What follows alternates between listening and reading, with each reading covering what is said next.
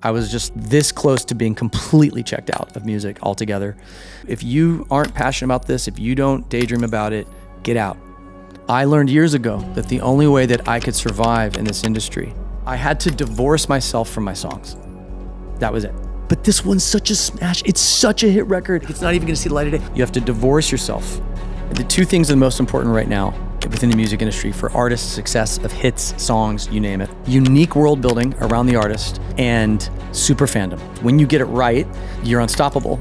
Let's get our hands dirty. What are the stats, man? You are making the equivalent of 60 grand, and that's a smash, in 2005 money, whereas the average writer of a same equivalent hit in 2005 is making 2025 money, 255,000. Are you afraid of AI?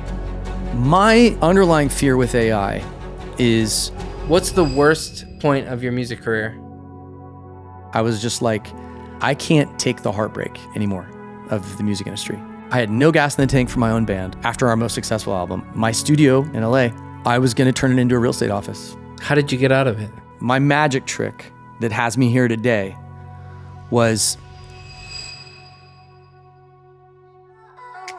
This season is presented by NMPA, the National Music Publishers Association, champions of songwriters and publishers everywhere. You and I talk a lot about how do we boost a middle class of songwriting. Let's start on a dark note. What are the stats, man? Okay, so this has been a hot button topic for the songwriting community at large around the world. The analogy I gave was like you throw one fry out and there's a bunch of seagulls sitting. You throw out one fry, all of them jump. All the seagulls come, Santa Monica Pier, they dive on the fry. The fry is the song, we're the seagulls, right? That is an appropriate analogy. So zoom out for a minute. How did this happen? One of the main reasons that this happened was, I see it two ways. Number one, look, there are genres that are more likely to have way more writers, per song.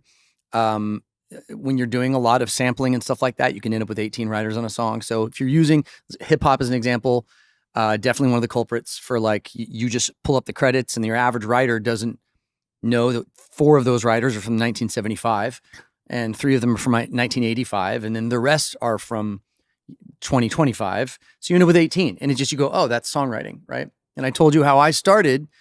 By sheer luck, my dad turned me on to Diane Warren songs. I didn't know songwriting was a job at age 13, 12. And Diane Warren enough to know that when you pull up the credits of her songs over 40 years, there's only one name, it's her. So I got lucky in that my only window into songwriting was a person who was 100%er. Babyface was my other god. Guess what else he does? 100%. Now, had he given me some other like biography to read on somebody else and been like, oh, this is the Brill Building gang or the Motown gang, it'd been like, oh, songwriting is 2 or 3 people in a room, right? So just to give you the backdrop, that's my history. That's definitely not anybody's history now.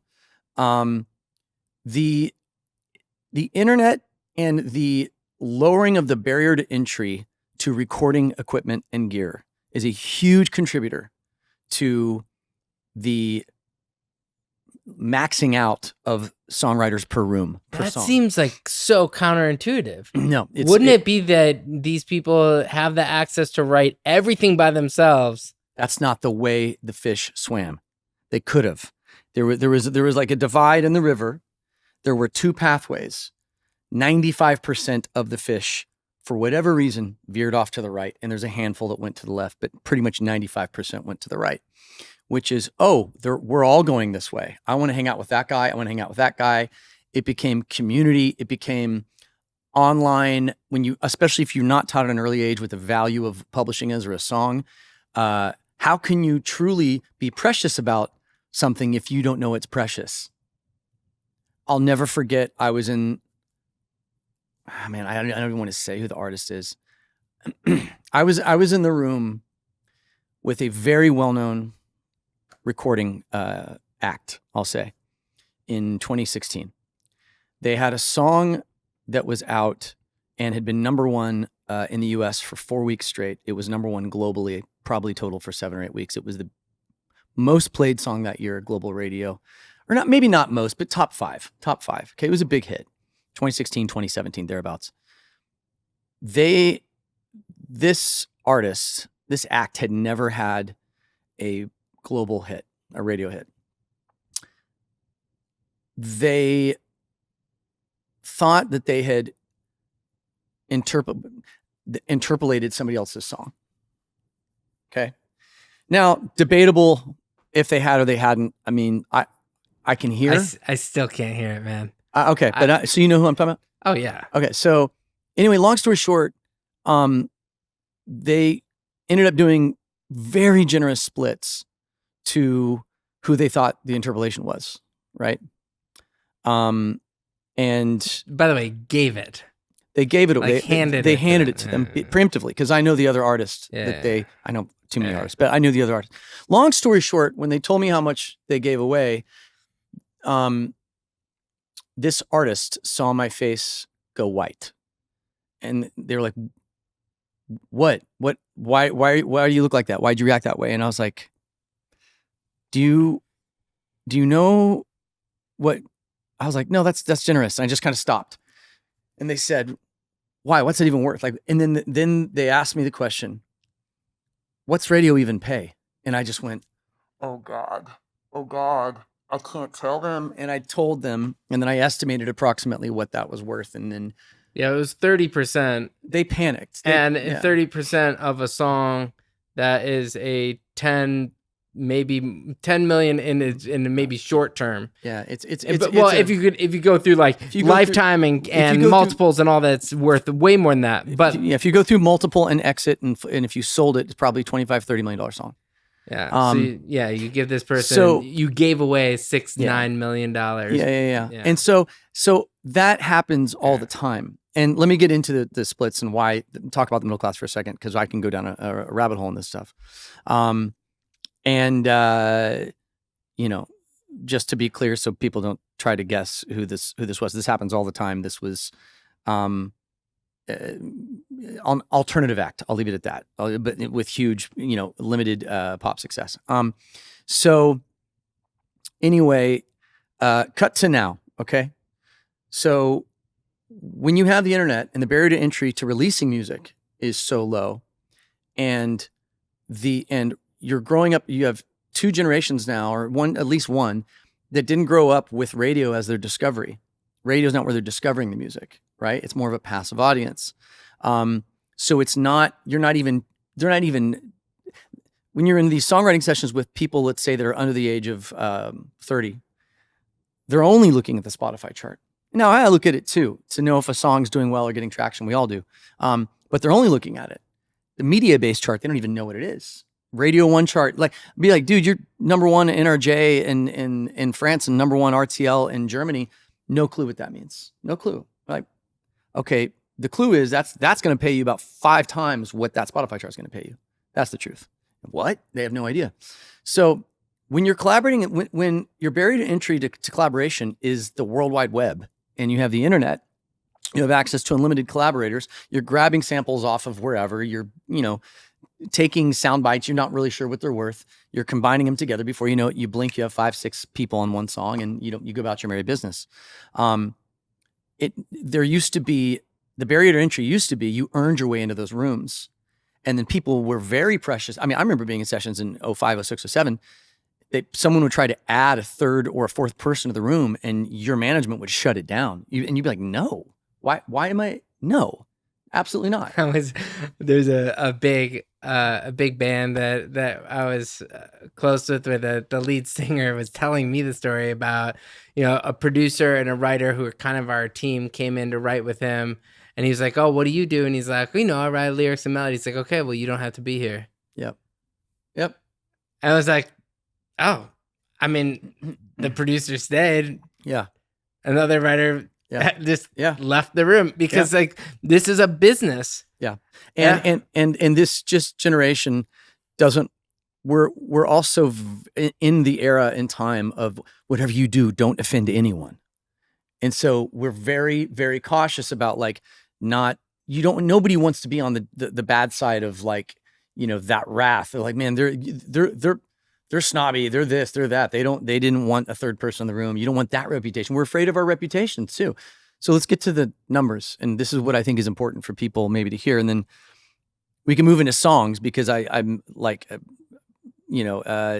don't want to come across as Rain Man with like data, because that's not why I got into music. I just like, only when I got older did I start to zoom out.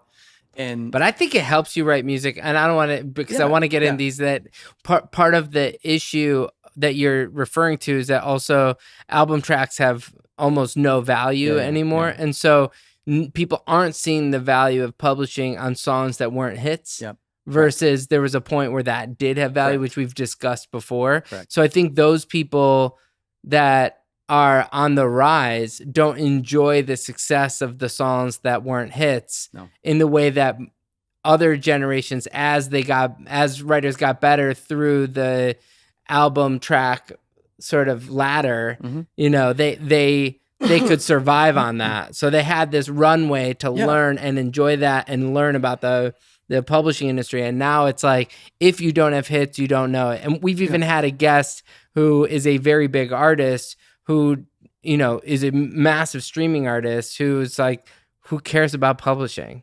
Yeah, I've seen it. So, like when you see there's that generation, even some of the people who have Spotify smashes, if they have some ownership on the master side, they just don't even give a shit. I remember writing, if you have ownership on the master side of streaming, I had this conversation one time with Diplo, because there was a record we had coming out, and we were having this debate, and Wes and I are really close, and this is probably like 7-8 years ago, and he was saying, "Oh, don't worry, it's going to be a big streaming hit," and I was like, "Wes, respectfully, like the other writers on the song do not have 50% of the master that you do. Like I was like, bro," he's like, why are you trying to make this, like, get the radio plan together? I was like, bro, that's the only way we're going to make any money on this. We put so much time into this. We got to get this one. We need a radio plan for this. And it was a very radio hitty song.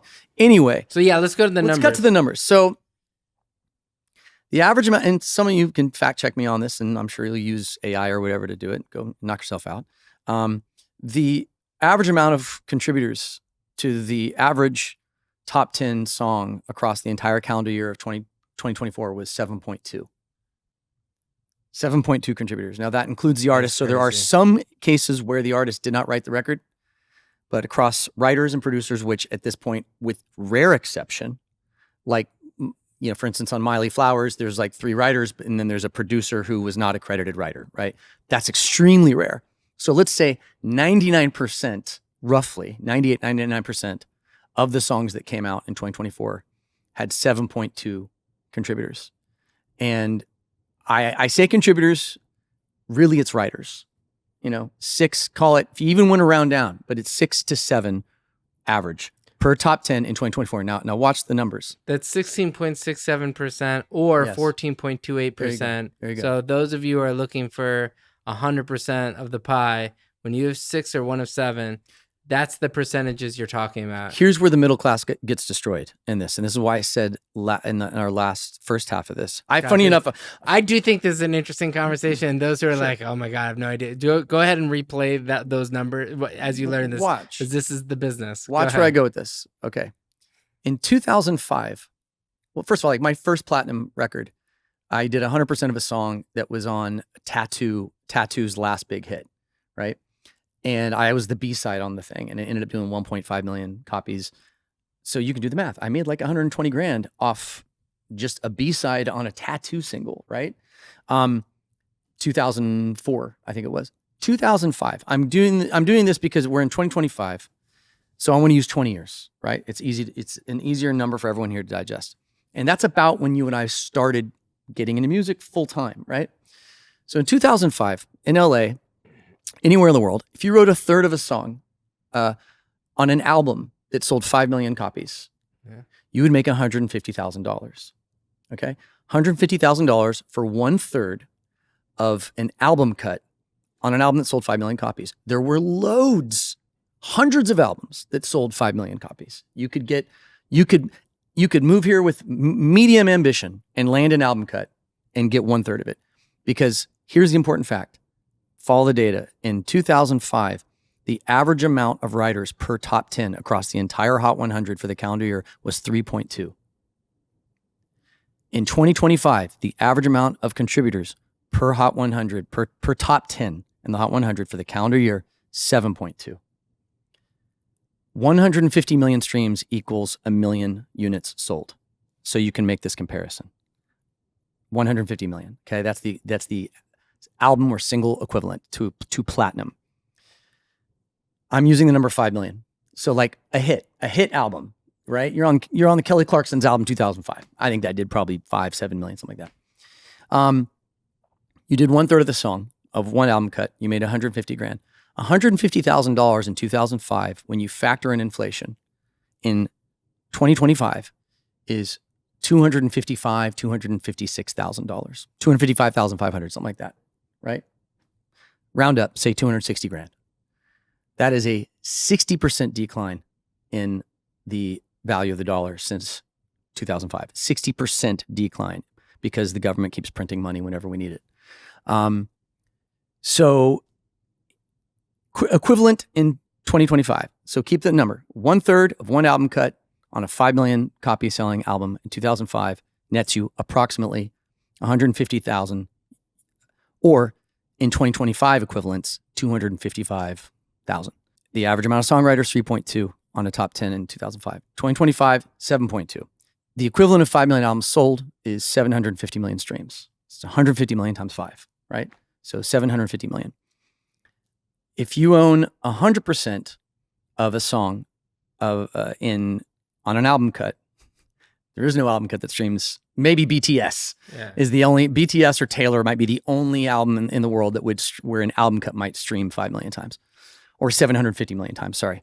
So if you have a song, if you're lucky enough to have 750 million streams, and you own 100% of the publishing, you're gonna make somewhere between 450 and 700 grand in there, depending on what DSP it streamed the most on. Did it stream mostly on Apple? Was it mostly on Spotify? So on and so forth. But let's just say, for argument's sake, 600 grand.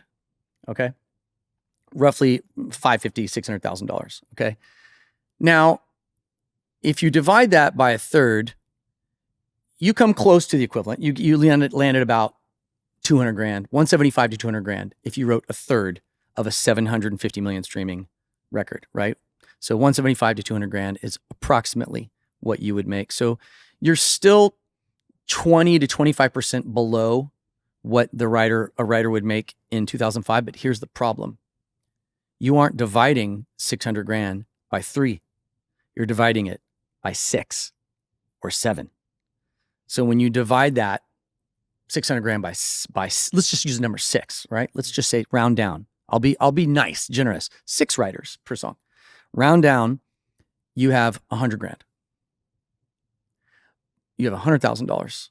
But $100,000, now think about 100 grand in 2025 money is 60 grand in 2005 money. And that's really, more often than not, that's a smash. So that's a smash. So 150 million streams. Exactly. So the number is, you went from, to compare 2005 to 2025, factoring in inflation, the power of the dollar, purchasing, whether you want to buy a car, house, a hamburger, hot dog, factoring in inflation, the average writer in 2025 on an typical, or 2024, sorry, in a typical top 10 streaming Billboard, record, a record that does 750 million streams, 5 million equivalent sales, factoring in 6 writers, which is less than the actual data, you are making the equivalent of 60 grand in 2000, and that's a smash in 2005 money. Whereas the average one-third writer of the same equivalent hit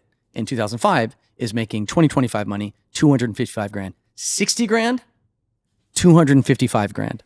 You can live off of one. What I say, one can buy you down payment on a house. One might get you a car. Yeah. But bottom line is, getting a song that streams 750 million times in this era is crazy. And then you better pray that they go to radio with it. I have a song right now we're at 2.2 billion. I'm not gonna say who the artist is on. The label never went to radio. 2.2 billion streams. I mean, why would they? It came out. And this is it went viral a year and a half ago. And this is the thing. Like, why would you ever go if you're a label? Why would you go to radio on a song that's just printing cash? Yeah, because like it costs a fortune to go to radio. 1.2 to 1.5 million dollars. When it's just so everybody knows. So why would any label ever go? So check it out. So here's another thing that writers should understand, and artists and managers and whatever. Songs on radio initially started as advertisements for an artist's album back in the 50s, 40s, 50s, 60s. You would put an Elvis song on radio, you'd start playing it to advertise the album. That would trigger album sales. Only way you can get this song, go down to your local record store. Labels would pay the radio stations to play the song. That's the payola. It was legal until it wasn't, because they're paying for advertising. Like, they have their regular scheduled programming and their news hour and their entertainment hour and all that stuff. And if you want us to interrupt regular scheduled programming to play music, then you better pay us. So that's how it started. It was to advertise the album.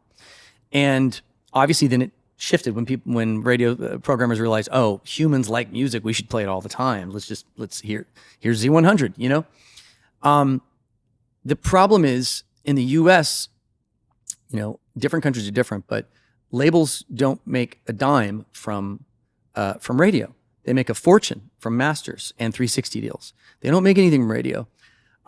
Radio is like the last bastion. That's the cherry on top of the whipped cream on top of the ice cream sundae, as one label executive put it to me 2 years ago. I said, do you even care about radio? Be honest with me. I'm not going to say who this person is. Do you care about radio? And he goes, not really, man. And this is label executive. And then he paused and goes, wait a minute. Actually, that's not true. It is that last push. He's like, what it really helps holistically for the artist when they're touring. Radio really helps an artist, like, selling tickets. Yeah, you want to sell at arenas. You want to sell at arenas, you need radio. Power radio, sell those tickets, right? But it costs to go to radio in the US is approximately top 40 is about 150 grand. Okay. Not crazy, but how many times can you throw out 150 grand before you're upside down? You need to know that the song has traction first. So then a lot of times artists and writers go, why is there a dislocation between radio play and streaming? And I follow a lot of blogs, and a lot of people are angry. They want their artists. They're like, go to radio already. Why? Like, the song's top 10 US Spotify. Why aren't you going to radio? And labels still will go, if we don't have to spend 150 grand, I don't want to. I want to make sure this song is sticking before we go to radio and drive it away. And then a lot of times what happens is the streaming story might come and go, and then you're trying to march that song up the radio charts. The radio programmers, the programmers look at Spotify, they go, well, the song's dropped to number 40.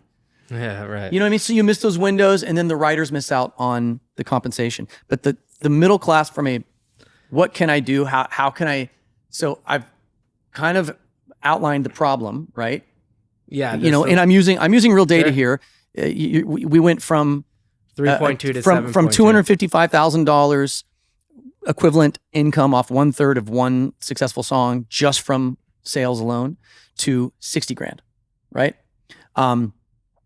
Which is obviously tremendously terrible. And when you factor in inflation, 60 grand, it's probably more like 25, 30 grand, right? So we can't control inflation. No, but really, what we can control.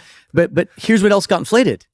Inflation doesn't just, the CPI, the Consumer Price Index, is what dictates inflation. By the way, inflation is also, I think, fairly false, 2-3%. The government can control what they put in the baskets that determine the CPI. So if you can control the thing that goes in the basket that tells you how much money is going up or down, that's rigged. Like, it's not fair. Anyway, that's a different topic. Going to inflation, how does the inflation, financial inflation, right, with the US dollar, parallel songwriting inflation? Well, it takes more writers now, 2 times as many, 2 times as many, 3.2 to 7.2, roughly. It takes twice as many writers to achieve the same, to buy the same. You see what I mean? It's kind of weird. It's almost, because we're pretty much in a 2-to-1 from 2005 now. It costs you $200 in 2025 to buy a product that was $100 in 2005. We are now using double the amount of people in the room to achieve the same song. Our song's twice as good now, Or did I miss something? No, there's some interesting things about looking at the songs that were nominated for Best Song of the Year. I think it was last year. I don't think one of them had more than 3 writers, or maybe it was 2 years ago. Yeah, but and that's so interesting. Look who's in the room determining Best Song. No, totally. Yeah. Well, but I mean, the initial vote is everybody, and then you've got veterans in a room going, "Wait a minute, I remember when songs had 3 writers." But I've been in that room. Yeah. And I do think that there's some of that, but there's also the quality of the artists that often get that songwriting nomination are ones that are, obviously the Taylors and the Adeles and, some of these people you've written, the Ed Sheerans, like some of these people, tend to write with fewer people. Correct. And their identity shows more because the song's not diluted by 5 other, opinions. And I think that takes a strong artist manager, a braver record label, a more protective publisher. All these things need to happen versus like, I write really well with 50-50s. And whenever I book a 50-50 with specific writers, like inevitably some publisher somewhere says like, hey, can we add this person to the and I'm always. like, I think we can just do I write 50-50s. We don't need the other person. And I like that other person. I mean, I guess we can add them, but why did we just do that? Yeah, I had an artist ask me last week to do just me and them. And it occurred to me when the manager or label asked me, would you do just a 2-way with this artist? I wrote back, this is the first time I've been asked to do 2 people in a room in probably 2 years. And so I try to at least once every 3 to 4 weeks do a 100%er myself. I did one 2 weeks ago, right? I just sat down, had a session I did canceled. one after our last thing, and it was like, it's refreshing. It was refreshing. You kind of, it's like a muscle. You have to prove. Like sometimes it's like, I'm a runner. I don't run 8 miles every day, but every now and then you're like, I wonder if I could do 8 miles, and you just do it. Yeah. And I'm not saying that's the bar. By the way, the bar isn't go do 100% songs or you suck. That's not the deal. I keep saying this, like, no, be cautious, beware of the vibe guy in the room. It's not, but it's not even just that. It's not just the vibe guy. It's the fact that we're giving. There's more always to it than that. There's that. It's the idea that, and what you're saying with that is the dilution of splits happen when not upsetting the artist by saying, well, you're not a writer on this. Not the guy who does co-production, additional production, drum programming, mixing, vocal production. They are not part of the song apparatus. Yeah. And it has become, there's a bullying aspect to it. There's a Go back to the French fear. Go back to the French fry though. Yeah. The reason, in their defense, I can kind of steelman the position of the additional production, co-producer, track guy. When streaming has diluted how we make a living so significantly, there's still that one French fry, and we're all the Seagulls, right? And so that is the reason. It's literally grasping at straws. It's like, what's the solution?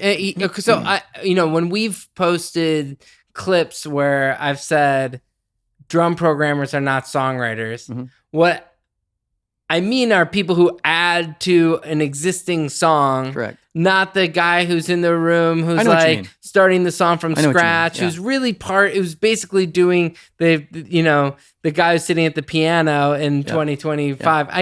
And somebody else writing a song with them. And I can tell you some ideas. But the people who add on after the song is written, why are we so afraid to say no? I say no quite a bit to those guys.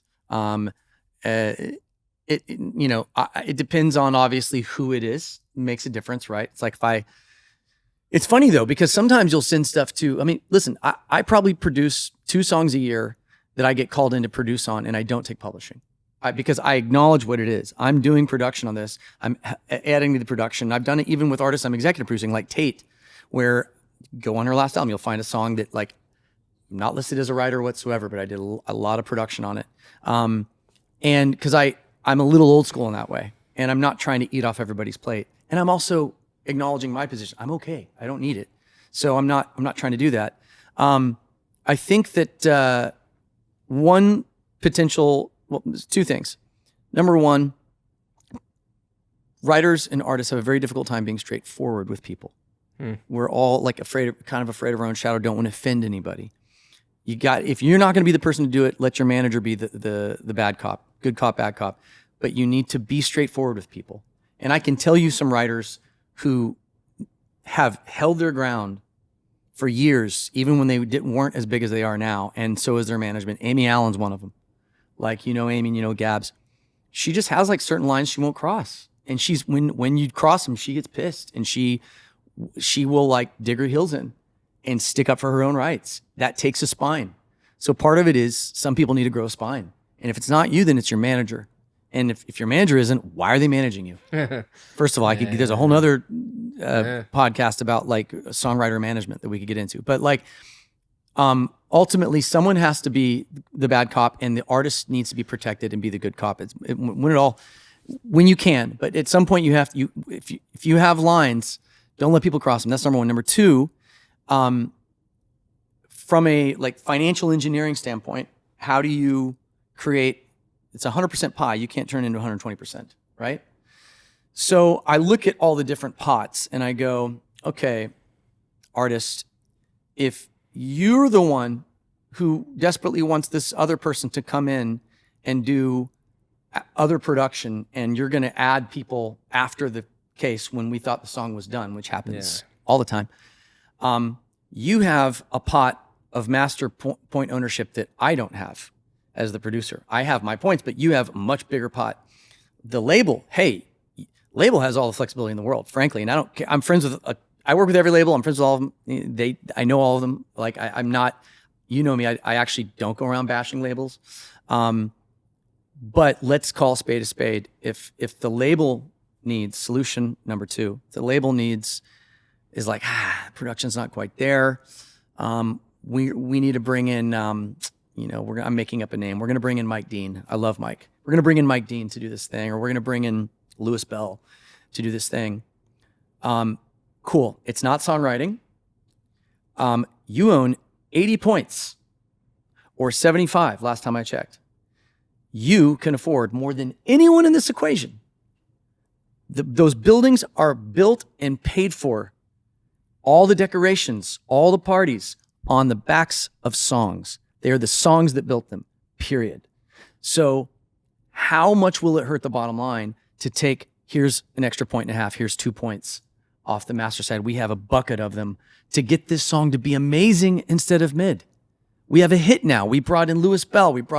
He's done production, but like he's a big boy and understands that like the song was fully written and done, and Lou is one of the good guys.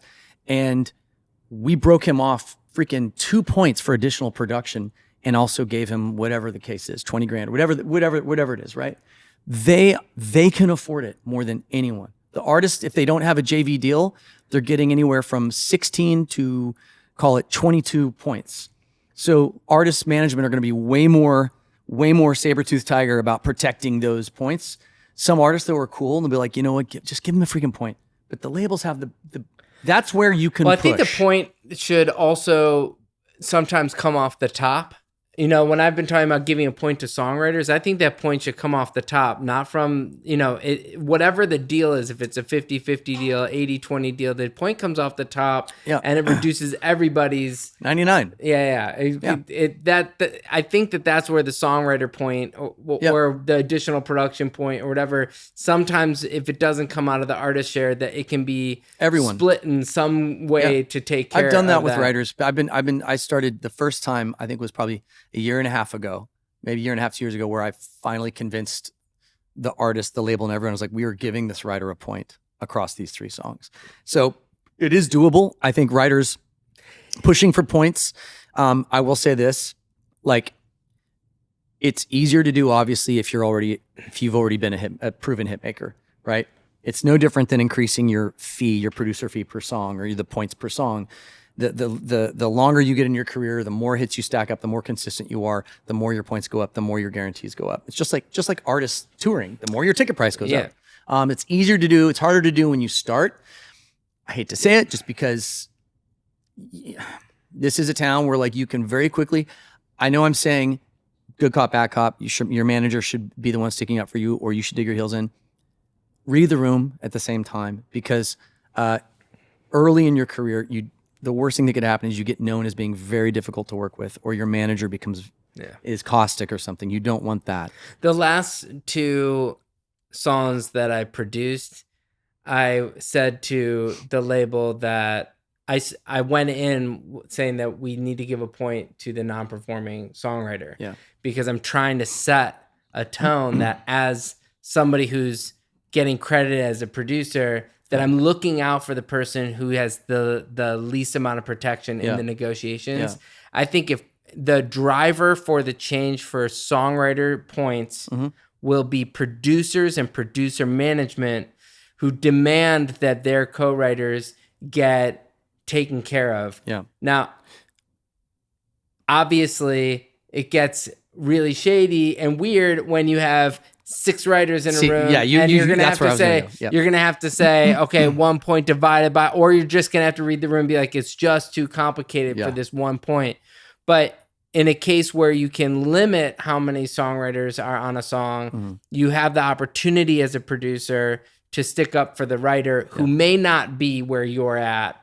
And therefore you can say, this writer shouldn't be asking for it. Yeah. I should be asking for it on behalf of them. It's not going to come out of my deal as a producer. It should come from you guys, and you need to take care of this person, because the song wouldn't be what it is without it. Correct. It's just like anything. You have to start, there has to be enough producers to start pushing for it.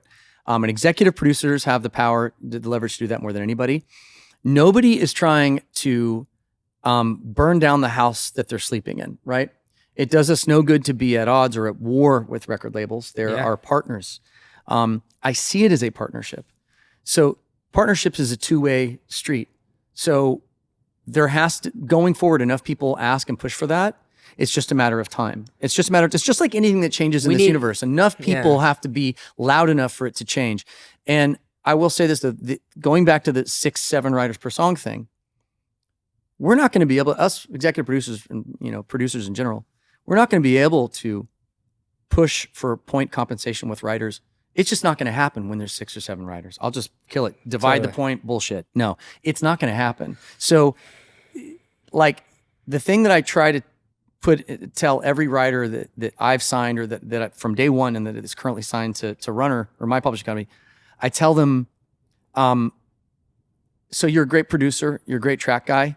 And they're like, yeah, I don't really do melody or top line though. I go, starting today, you do top line and melody. Yeah. What do you mean? I can't sing.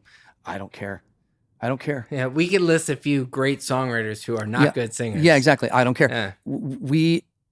You have to make yourself indispensable. And the difference, what the internet has done, and what, like, crowdsourcing ideas and songs and collaborations, crowdsourcing everything has done to the songwriting community, has, if I'm being honest, made all of it's easier than ever to be lazier than ever. Yeah, that's true. Easier than ever to be lazier than ever. So, while I don't need to worry about updating my sound, like my sounds and my beats, or like figuring out what the new wave is on drums and 808s, because like that other guy that's probably going to join the session, he's like the 808 guy. Come on.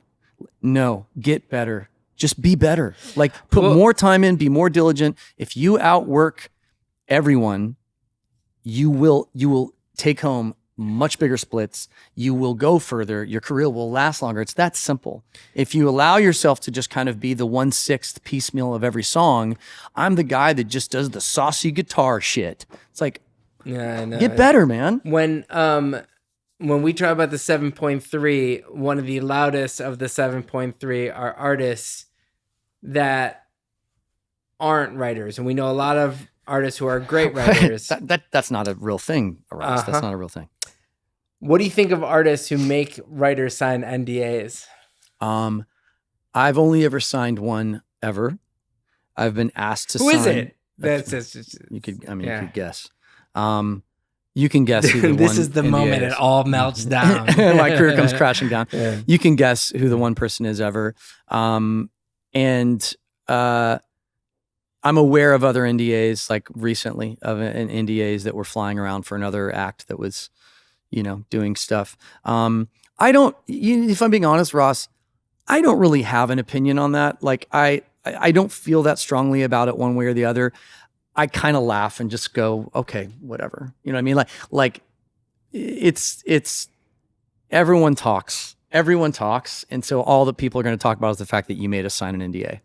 That's just the way it is. Are you afraid of AI? I am uniquely afraid of AI from an existential standpoint. I'm very deep in it, like from an investment standpoint. Like there's companies that I've early on kind of bet on because I liked what they were doing and I found what they were doing to be interesting and unique. OpenAI is not one of them, by the way. So let's clear the air. I did not like. I actually, as you took the helicopter and landed on top of our house. No. Yeah, I'm not like. I have friends who've put a fortune into that company, and I passed on that. But I think that we're at a existential crossroads as a species. I can just hold a separate podcast, so I won't go down that rabbit hole on things that are non-musical. But I will just say that AI is an agent. I mean, I've already watched it. In one post 3 weeks ago, I watched Meta more or less drop a timed grenade in the advertising and marketing entire industry when they announced that they are going to now be doing super affordable AI generative advertising campaigns and marketing, complete animated video, picture, layout for anyone selling on any Meta platform, right? Which will then cross into Alibaba in Asia and whatnot and US and eBay, and it's going to go on and on. That I've already watched. I have family members right now whose marketing and advertising businesses are imploding. It's the money's just vanishing like week over week. So I'm watching it in other industries. I'm watching phenomenal benefits when it comes to health and medicine, communication. I use it daily, but I use it as now it's kind of replaced Google for me. I use it more like anything I'm curious about. Yeah. Dual citizenship. What's, tell me the countries that are like the most beneficial for dual, all that stuff. Given all the global unrest in the last 3 weeks, I think I saw an article that like the term dual citizenship, like the Google searches for that went off the charts in the last 3 weeks. I'm one of them. And even though I love it here. So I think as it pertains to songwriting, I posted something that Rick Rubin said yesterday or today. It's like, one of the last few things that makes us human. And I sat with a major company a year ago who was pitching me on their AI in the music world, their AI music product.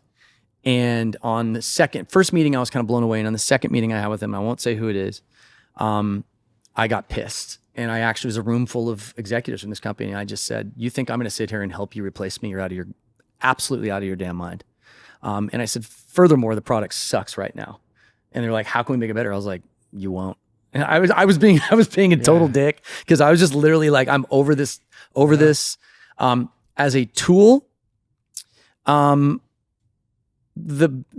a tool, there's some new product that, now you can type in prompts. I was texting either Circuit or somebody the other day. We were talking about this one thing.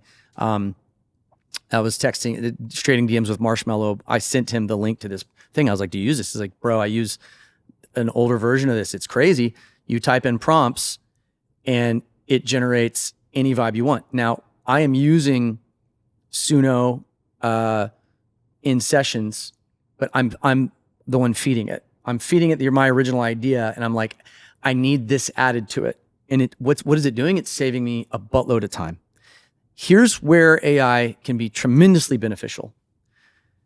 If you are, unless you are a DJ or like a artist who specifically wants to use a sample that pre-exists, that you're using it intentionally, knowing you're going to be giving up, 50% to 100% of your publishing, knowing that the label's going to get banged on the master. And sometimes that's just is the thing that you're doing, right? Unless you need to do that, there is no reason to accidentally give up the farm on publishing or master sampling anymore, in my opinion, because of what the capability of AI has right now. And I'm not going to get into the detail even of how I do it and how my team does it, because everybody has their own sauce and how they do it. But I've kind of unlocked a way of figuring out how to create samples that basically the moment you hear it, you swear to God it's from Motown 1965 and you know the record, but you don't because I just wrote it. And so yeah, I think that we've done that too, and it's wonderful. It's so brilliant. We'll talk about it after this, but I think one of the parts that is legally complex with it is that in theory that sample isn't protected by you. Correct. And so that means that, I actually think any of these companies that charge you for uploading the song where you have commercial rights anyway, because nobody has those rights. Correct. They also there's no, nobody really, you upload that to Spotify, you don't make money just because you upload it. Yeah. I do know that there's one song on TikTok in the last month that charted that was a Suno one. But for the most part, the one legal issue with using that is that someone could use your sample and you would not make money from that, but you probably don't care. I don't care so much about that. Look, here's what I think. It's moving at such a rapid pace. It's, you pick your analogy, like once the dam has cracked whatsoever, you can't put the water back in. Yeah. So I don't have the time in my life right now to sit around and worry about things I can't control. I'm also not going to be like the loudest person in the industry, like railing against AI. It's coming. So all I've done, the only reason I've had a career this long is because it's just survival. I literally just like whatever's coming. I'm just like the person who's like deflecting and like zigging and zagging like in bumper cars. And I'm just adapting. I'm like, okay, everyone else get mad and rail and rant, whatever. I'm just going to go try and write another hit. I'm going to try and write another hit tomorrow or today. And until someone says I can't. Now, what I'm not doing is at all trying to replace writers or producers. I have nothing else has changed in my songwriting like world or economy in terms of, in terms of like, oh, you know what's so sick about AI and music? I just replaced 3 people and I dropped 3 writers. Like, no, that's not happening. I don't see it as this villain. I'm also not launching AI artists. Here's what I think is going to happen in the music industry. What do you think of AI artists? I think that, there's a number of things happening, like animated stuff happening in Japan right now that's going off like crazy. And I'm in Japan. I was just there last week frequently. So I see like the Asian market's way more open to that type of thing than the Western market is thus far. There's VTube stuff happening and also anime culture is so much bigger over there. My instinct leans more that direction. Like I'd sooner do an anime music project than I would an AI. AI still is too random to control it. I had a long Zoom with the OpenAI, like the big people who are overseeing all the video generative stuff. And I just kind of quizzed them for 20 minutes. This is like a few months ago. Even they can't control it. So to circle back to your first question, are you afraid of it? Are you embracing it? My underlying fear with AI is I personally believe that the line will get... they don't still know how it does what it does. And I'm talking about OpenAI. They don't know how it's doing what it's doing a lot of the time or where it's going to go. Sam Altman will even talk about, he's kind of quietly freaked out. Elon's obviously very freaked out, although he lowered his percentage. He went from 85% chance of total annihilation of our species down to 60 or 65. He's lowered it a little bit, thank God. I think zooming out from my selfish music world endeavor, like monofocus, myopic view, as a species, I'm more concerned about AI because I fundamentally believe that it will blur the line between, as it approaches becoming sentient, it'll blur the line between human and machine so quickly. And I think that the convergence of the giant leap in robotics with AI are both going like this, and they're about to meet. They already have met when it comes to like, weapon companies and drone companies and the U.S. industrial, military complex. They've already met. I go out of music and my brain goes towards decline in birth rate. And I actually think our species, I think that 20 years from now, when a lonely guy or girl can purchase an AI, like crazy accurate AI fueled robot, I don't know how else to say it, but like robot that is everything they've ever dreamed of, that knows exactly how to balance out their personality and that gives them what they need and companionship and everything, but then doesn't come with all the other baggage that humans come with. We already have this, like birth rates are falling off a cliff in Southeast Asia and the US, they're barely hanging in there. So I'm outside of music when it comes to, everyone's like, what about music? I'm going, guys, music, no, species. So for me, that's where I go. I think that there's going to be people will get married too. I think your grandkids, I 100% think that your grandkids and my grandkids, there's going to be laws that will have to govern, can humans marry AI robots? And it's going to start with like, I kind of picture like the kind of dude who's a coder who hangs out in a basement who like just isn't good with the opposite sex or the same sex. And they're just not, we all went to college or our friends or know those people. And I'm like, it's going to start with them and it's going to be super taboo at first. And then like everything else in the history of our species, slightly less taboo with each passing year to the point where you're like, dude, I actually like went on a date with I can't believe I'm saying this. I went on it, like it's coming. Yeah. And then once that happens, I'm very interested in how governments respond to like the humanhood. The humanhood. Korea's birth rate is like 0.78 children born for every 2 people. You're losing your population at, what is that, 120%? I can't even do the math. Like, and that's a lot of countries, man. And it's a lot of countries. And I don't see the younger generation, young Gen Z is not stoked on marriage and family thus far. So I think my thing with AI, it's going to solve a hell of a lot of problems. It's going to potentially cure cancer. I want them to like put the like afterburners on cancer, Alzheimer's, ALS, get rid of this shit. Like, come on. Our grandkids, I think, will be incredulous. They will not believe that we dealt with cancer or were afraid of it or lost family members to it. So that's where my brain goes with AI. And I think, autonomous driving, obviously, and I could go to a billion other things. The advancement of warfare technology using AI is so nuts now that I think in a perfect world, it leads to a higher level of mutually assured destruction. So we don't even need to, I'm hoping that this is sounding way too optimistic. I hope it removes the chance of anyone wanting to go to war because the AI drones game is so nasty.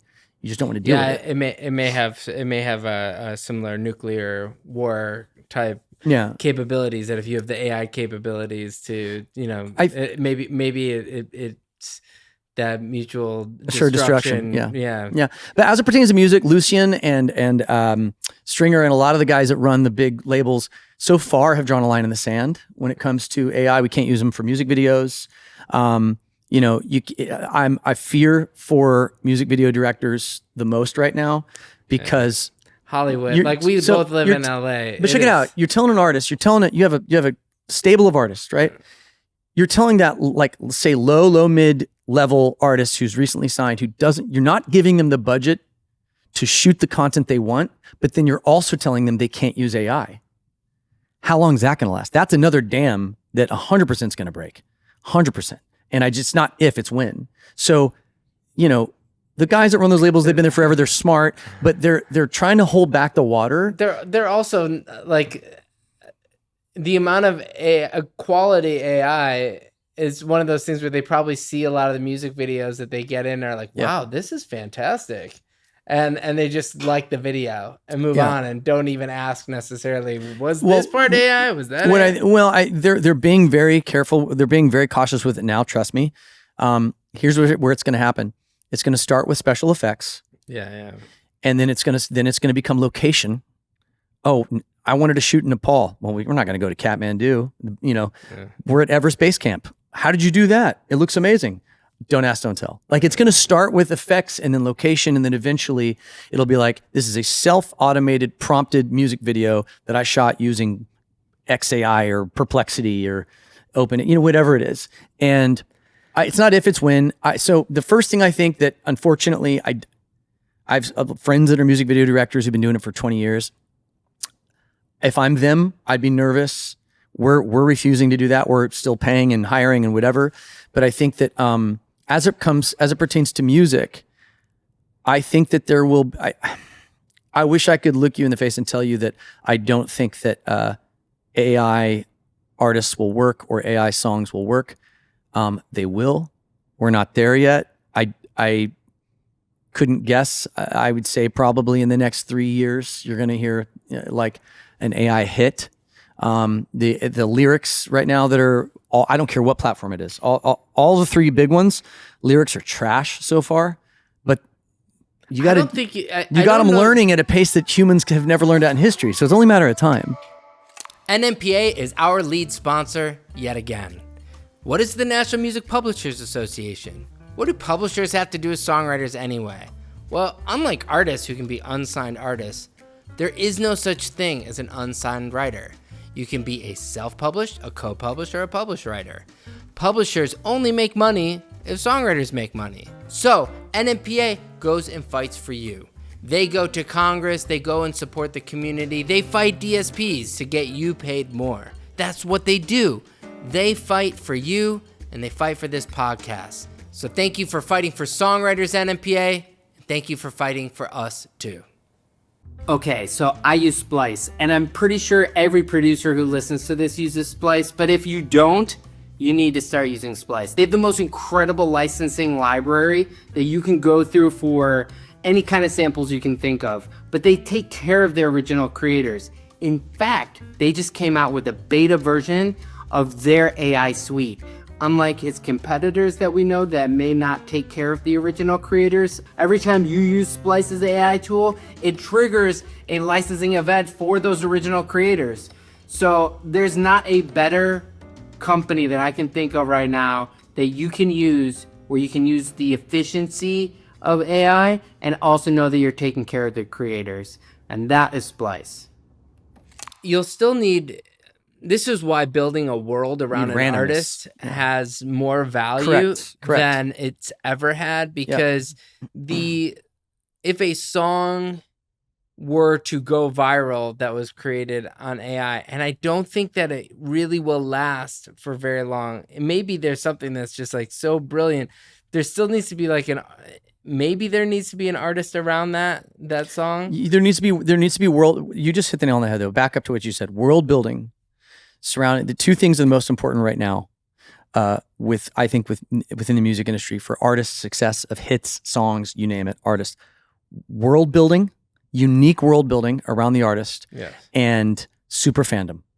We are in the era of fan engagement, super fandom, and world building. Those two things coexist. When you get it right, you're unstoppable. You pick your Hybe. I think mastered the fan building with the K-pop phenomenon in the last decade. Taylor obviously was crushing it, from Chapel Roan to Benson Boone and so on and so forth. The unique identity, the world building, leaning into memes, all of it. Like, that's so critical now. It used to just be, this is a beautiful girl with a great voice and a hit song. And you could, boom, like put her on the voice, on Leno, put her on the voice finale, and the rest is history. If you don't do all the other theatrics and world building now, it falls flat and it just kind of comes and goes. But I think, again, as it pertains to will there be a successful AI artist? look, there was a Michaela, the world's first AI influencer, a guy that I know, a buddy I know, built the company. I think it started in 2019, I want to say, maybe 2018. Sold it for 130, 150 million a year and a half ago. She was like the face of Dior and like Chanel, like got all these brand deals and started generating crazy revenue. The whole thing is AI. The whole thing is an AI generated influencer. It was more like a test, like them building the company was like, how far can we take this? And that was in AI's infancy. Imagine what you could do now. So I think that AI, I think the biggest thing in the next 3 years will be AI influencers. Probably 50-60% of the stuff that you hear now on YouTube is AI generated. I think AI influencers will probably supersede normal influencers. I think that in terms of music industry, that's the weird news. The good news is I think, and there's a lot of other people that think the same, this whole AI explosion, there is going to be a massive recoil by humans back to being human. And what makes us human more than anything are live events where we're together. I think the future of live sports and music is going to explode. However good this year was for Live Nation, I think Rapinoe had the best year of his life. It's going to get 10 times better. I would double and triple down on live concerts and live events and fan activations and festivals. I think it's going to go nuclear, personally. In the next 3, 4, 5 years, I think it'll be hockey stick growth. And I think there's going to be more venues that are built. And I think that we are going to run into places that make us feel human. People will definitely crave other people. Yeah. Until we're dating robots. Let's go with some songs. Let's talk about songs, man. This is crazy. We can talk forever. So this is your 4th episode. If you include this as part 2, is like as its own episode. We'll call it 3 and and a half. I feel like we never really, we've gone over some songs from the beginning, but I just want to ask some weird questions about some of these songs. Well, not that weird. Yeah. I mean, we get weird, but anyway. I was naked. Was that where he's going? Wait, let's start with Ryan Tedder in 2025 has to play Apologize in front of 15,000 people. Yeah. What goes on through your head? That's one of my still favorite moments in the show because I'm calm. I know that everyone knows the song. And I really, because that was the song that broke us and that changed my life forever, I take it in. And it is 3.5 moments of appreciation. Sometimes I literally will say a prayer while I'm singing and like, thank you, God, and I look at the audience and a lit up arena or festival or, whatever the venue is. And I'll just kind of think wherever I am in the universe, Toronto or Hong Kong. And I'm just like, I can't believe I'm here. So it really is 3.5 minutes of reflection. Have you ever tried to count stars? Yes. Yeah. I mean, like anybody does occasionally absurdly, on like a cold Colorado night in the mountains where you can see 9 trillion and you try to count 1 millimeter of them and you're like, I give up. Yeah. I think you're at like 3 billion or something like that on that song, but who's counting? 3 billion Spotify. Yeah. That's still, it's like, yeah, it's funny the billion thing, we used to be about like X amount of millions. And like, that was such a quantifiable number for 70 years. And now the numbers just don't make any sense. It's like they're just getting ridiculous. What's a better soundtrack, Top Gun or the remake of Top Gun? Oh man, I'm gonna get murdered. I mean, okay, you know what? Top Gun, the original one, because there's like the remake has like 2 original songs now. It's just us and Gaga. So like, not to shit on our song. I mean, thank God for that record, but I think Top Gun 2 is a better movie. Period. Wow. Period. Yeah. When did you decide that? Controversial. Agree or disagree? What's your take? Actually, I mean, the remake's incredible. I think it's no contest. Wow. Yeah. Other than like my undying crush on Meg Ryan when I was a little kid, that points in the Top Gun 1 round, but like I think the remake is just nuts. Yeah. Did you ever fight the spelling on Rumor Has It? It was one comment.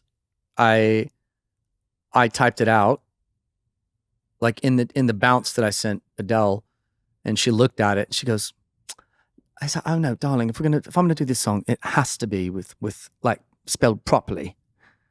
Like Rumour, Rumour. Hello?" And I was like, okay. I was like, I ain't gonna, and I was like, and I kind of looked, I was like, oh yeah, that's way more British. It's cool. When the lyric of Bleeding Love feels like that might be controversial in today's world, like people might not say that. Yeah. When you hear that now, does it make you feel any which way? The phrase "bleeding love," it makes me. Well, you cut me open, and I know you cut me open. I keep bleeding love. I mean, I didn't know if you knew that song. No, I don't know that song. I just had to. Yeah, bleed. I sing it every night. I do like a chorus of it. You know, I have thought about the fact that there's like 2 or 3 songs that I've had that were hits that lyrically or concept wise, I don't think you could get away with now. What are they? What songs were hits at one point that would not be today? Oh, that's a really good question.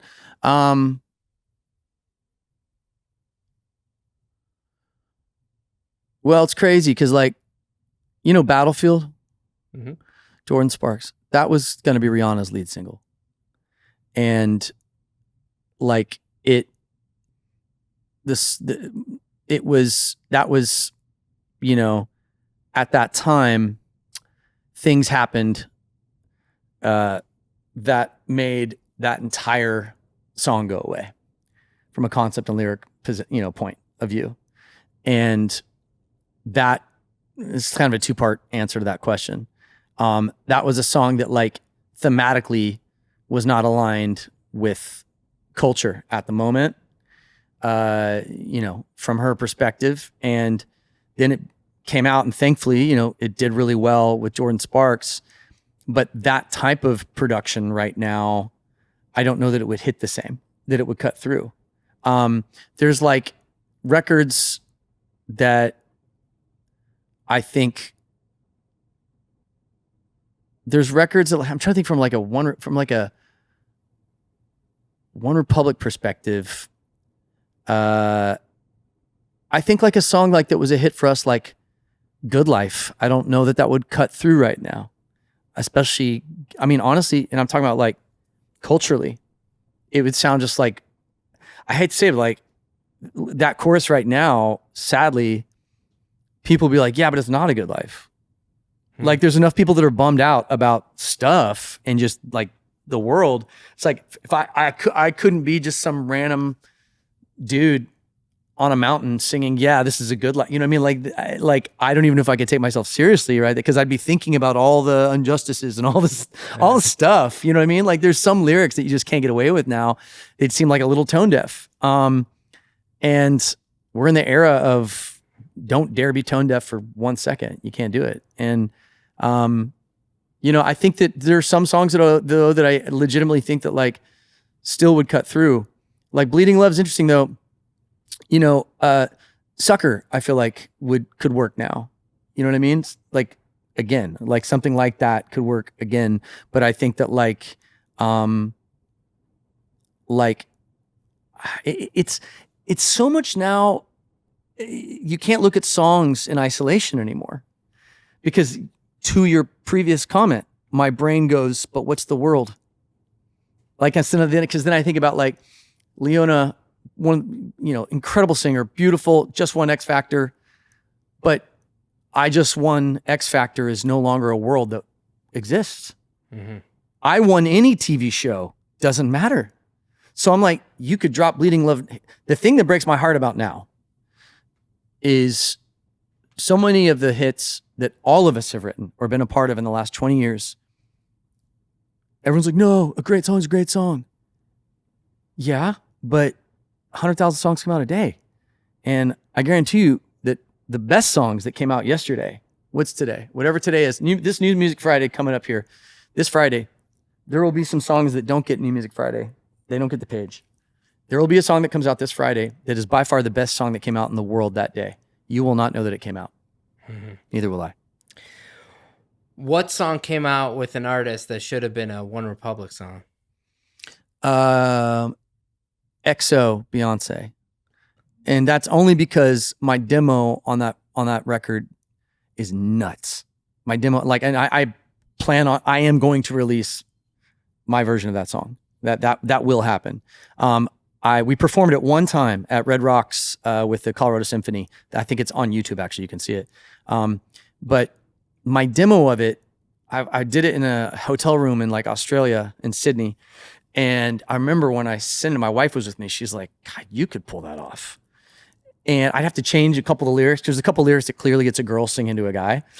Change a couple of lyrics, and XO, like, I was like, oh. I got the call finding out. I was half hoping that it wasn't going to make the album. And then I found out it was the lead single. They put that and Drunken Love out the same week. And I was like, God, I should have done that. You know, John Mayer's version is pretty dope though.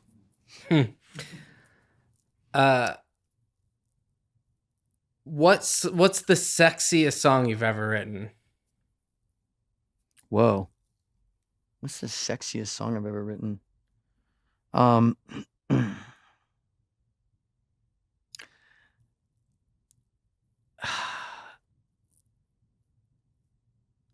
The sexiest song I've ever written.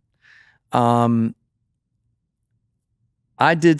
have like, there's a couple Tate records. There's one that if it comes out, I hope it does. I think it's going to.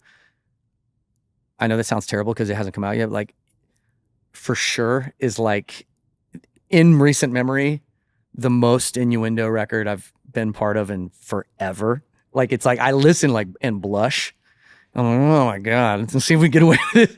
But like some of the Tate stuff for sure, because I'm like working with like, you know, an artist who's in her early 20s, and is a very, you know, has a very sexy presence and you know, exudes femininity and is living her life and has a, you know, a love interest and all these other things. So I'm a part of that world conceptually now, you know, significantly more than, you know, I work with a lot of different artists, but like, it's like, I'm not going to like sensuality land, you know, with a lot of other artists. I'm working with fair amount with her, Gabby, and we got some good stuff there, like that kind of deal.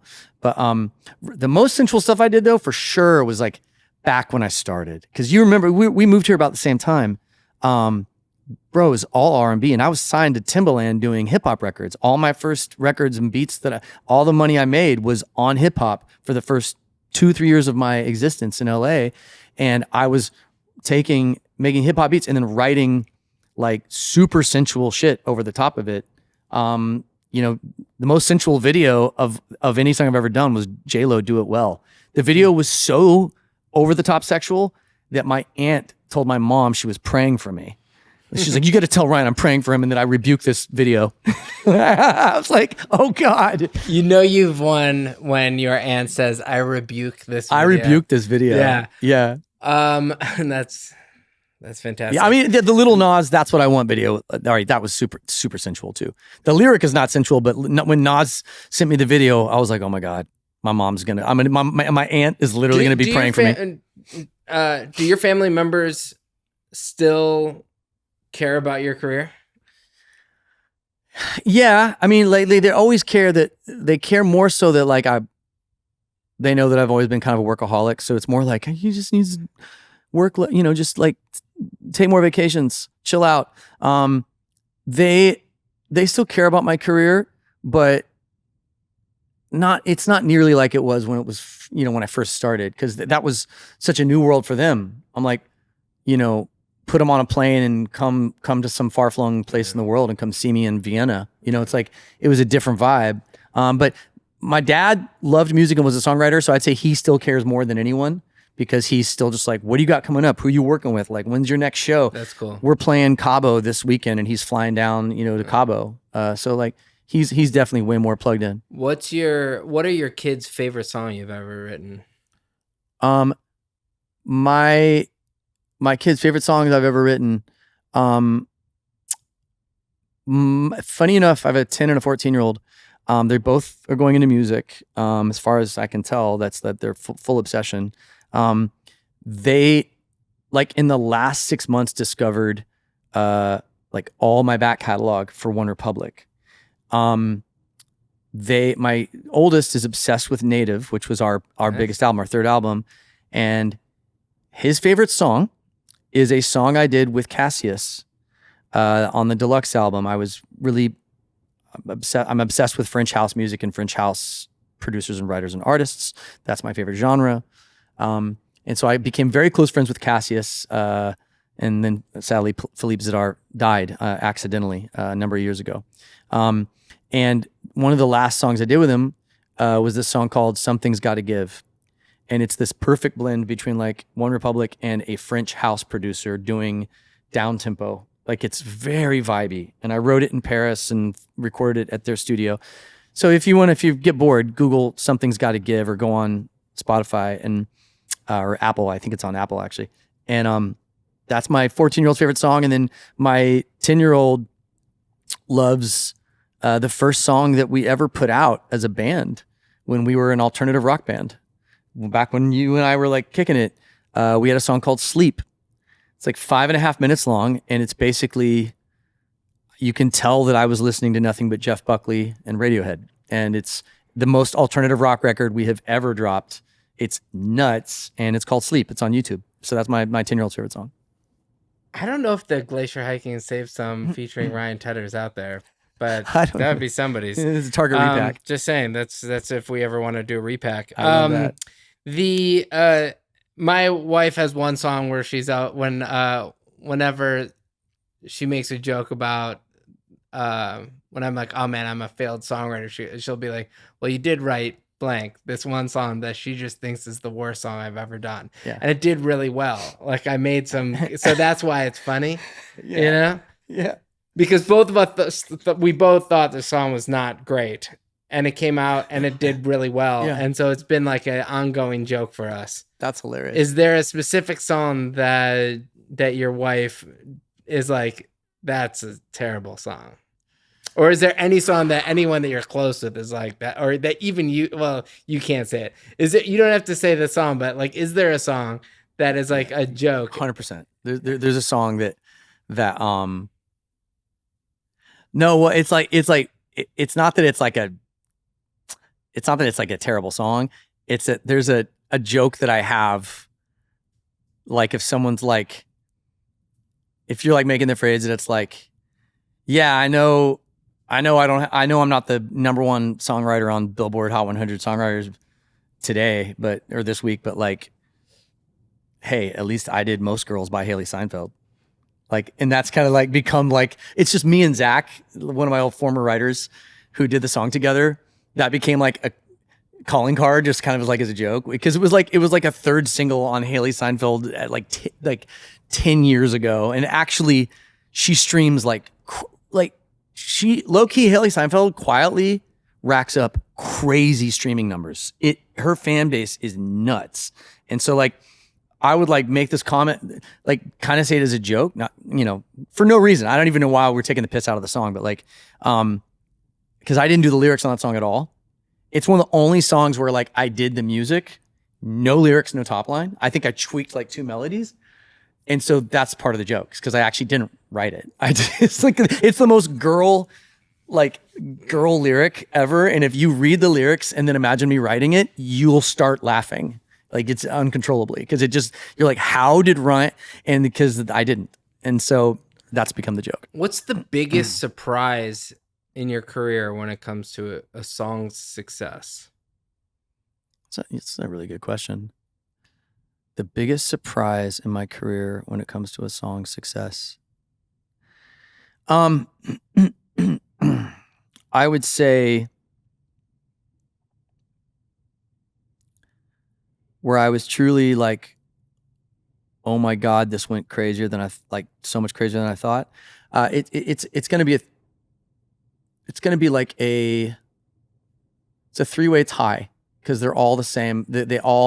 I remember I had the same reaction, like, what? Like, I just didn't see it coming. I'll go in reverse order from like most recent. Greedy to me was a record that it's like I would drive from the studio down Sunset Boulevard blasting it, the demo, and be like, I love this shit so hard. Like I love this kind of swaggy pop music, but like we were already in the era. Yeah, nobody was really doing that. Bro, nobody was doing it. Okay. So I was like, two things are gonna happen. This is either gonna go or I'm fired. Like it'll be like, Ryan, thank you, but like I'm gonna go hire a different producer. And I remember thinking, but God, like I like this one so much, it's passing the car test for me. I keep listening. I don't listen to my own demos on loop unless they're hits. The only ones I do almost 2 songs a day. So like I literally forget that I'll get a cut and be like, I don't remember writing that. Send me proof. Like, cause that's how many songs I do. And that one, I couldn't stop playing it. And I just remember thinking, I'm so used to failure at this point. Like I'm so used to, I know it sounds crazy to say that, but like I've embraced failure to such an extent that it doesn't affect me anymore. And I'm so used to things. The more someone hypes a record to me, the greater the chance it's not going to work. So I just had zero expectations, but all the love in the world. And I did everything I could, and I hit up my friends at TikTok and anything we can. I landed in Udaipur, India, the day it hit #1 Spotify Global. And I literally hit refresh. Someone texted me and I was like, yo, check Spotify. And I was like, I literally couldn't believe it. I was like, there's no way this song actually is smashing. And texted Tate. And I was like, so that was surprising. I ain't worried. I mean, of all the songs, I didn't write it thinking it was a OneRepublic song. I wrote it for a movie. And I'm like going, there's no way a song I wrote specifically for a movie is going to go crazy. Like in OneRepublic. Also, I don't have any preconceived notion of what I am or what I'm not. I'm grateful for every day that we get the band from a touring perspective, keeps getting bigger and streaming keeps going because people are discovering our old stuff. When you get 17 years in on an act, you're not counting on hits. Like, oh man, we're gonna have a smash this year, unless you're David Guetta. So like the fact that went crazy, I told my wife this is not a hit. I told everybody. I told the freaking label. I'm like, it's not a hit, but it's a good song. Like, and then it went crazy. Didn't see it coming. And I would say the last taking it further back, Adele,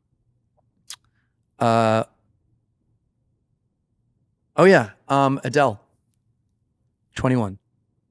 I'm quoting myself. When we wrapped 21, I was like yelling frantically at my manager, get this mixed. We're about to miss deadline. She goes, have you seen this deal that XL's giving you? It's like the least you've ever been paid for any song in your career. And like, they're giving you standard points, but like they're screwing you. Sorry, XL, but you know what the deal was. It was pretty trash, even for then. And I said to her, don't you dare respond with anything other than thank you. My old manager. She's like, what? I don't want to see you make 4 times this for a. I was like, if my producer advance on these songs is money that I need to live off of, then I've been doing it all wrong. And she said, why? And Adele didn't mean anything in the US really at that time, right? She won Best New Artist. Chasing Pavements, though, I don't even know what it did at US radio. I don't think it did that much. Yeah. She was like this random one-off British girl. And I was living in Denver, and I said to her, it's my favorite artist I have ever worked with. It's my favorite thing I've ever done. I know it's not, there's no hits on the album. This is quoting me. There's no hits on the album. She had played me all the songs. And I said, this is that like tasty, I'd had a lot of pop hits at that point. And I was like, I want to do something that like is what I would listen to religiously. I can listen to her voice on repeat. I listened to Hometown Glory 30,000 times in a row over 6 months. And all I cared about was how much I loved her and the songs. And I declared there's no hits here. It's not about, I was like, it's not about the hits to my old manager. It's, this is one for my soul. And when it dropped, when Rolling in the Deep dropped and the album went vertical, no one was more surprised than me. And Adele, by the way, I was with her and she's like, she was cackling. She was like, can you believe it? It's crazy. Like nobody just, I remember I had breakfast with, why am I spacing on his name? I was just Paul Epworth in London. One Republic was doing a tour months later. Album had been #1 for 3 months. We grabbed breakfast and he's like, mate, do you have any idea who's going to do this? He's like, I'm not the foggiest. So I'm still just like, what? Like nobody saw it. The impression is that you have this ability to find the next project, and know what's gonna work. Are you like Forrest Gump or what? How do you possibly always end up on the project that was like, what a surprise? It's funny. Watt said the same thing to me through somebody else the other day. I would say it's like fellow Forrest Gumpian. Forrest Gump. Yeah, like Watt, same deal. I'm like, why? Pot, meet, kettle. Yeah.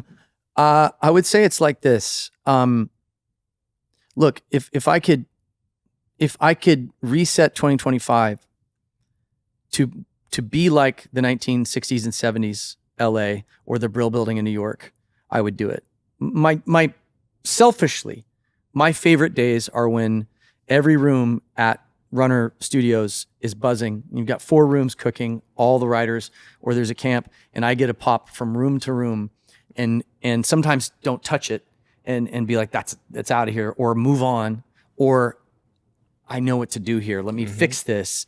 That's what I wish I could do. And I wish there was enough artists that took songs like the 60s and 70s. I would like give probably that pinky, that one, not this one, to have it be where I could run, send a runner across town in LA to like drop the song off to Sinatra as he's walking into the vocal booth, or the Bernie Taupin Elton thing. Just like, here you go, here are the lyrics. I would kill to have that, right? Because that's functionally, I feel like, what I was built to do. I just love it. That's not the case. So I've done my best to recreate that in LA. And I would say, to answer your question, how, the reason I think I still pick that my timing seems to keep looking lucky, or like figuring it out, aligning with culture, is I'm quietly mapping, paying attention to global pop culture in real time way more than anyone thinks I am. I'm paying attention to it like a DJ, like a Getter or a Diplo, the guys that are bouncing around the world who genuinely are in it, and tracking the guy, not the obvious guy who popped off and is the biggest Afrobeat guy, but the guy that's coming 9 months from now. Yeah. And so curiosity is what got me here. Curiosity is what keeps me here.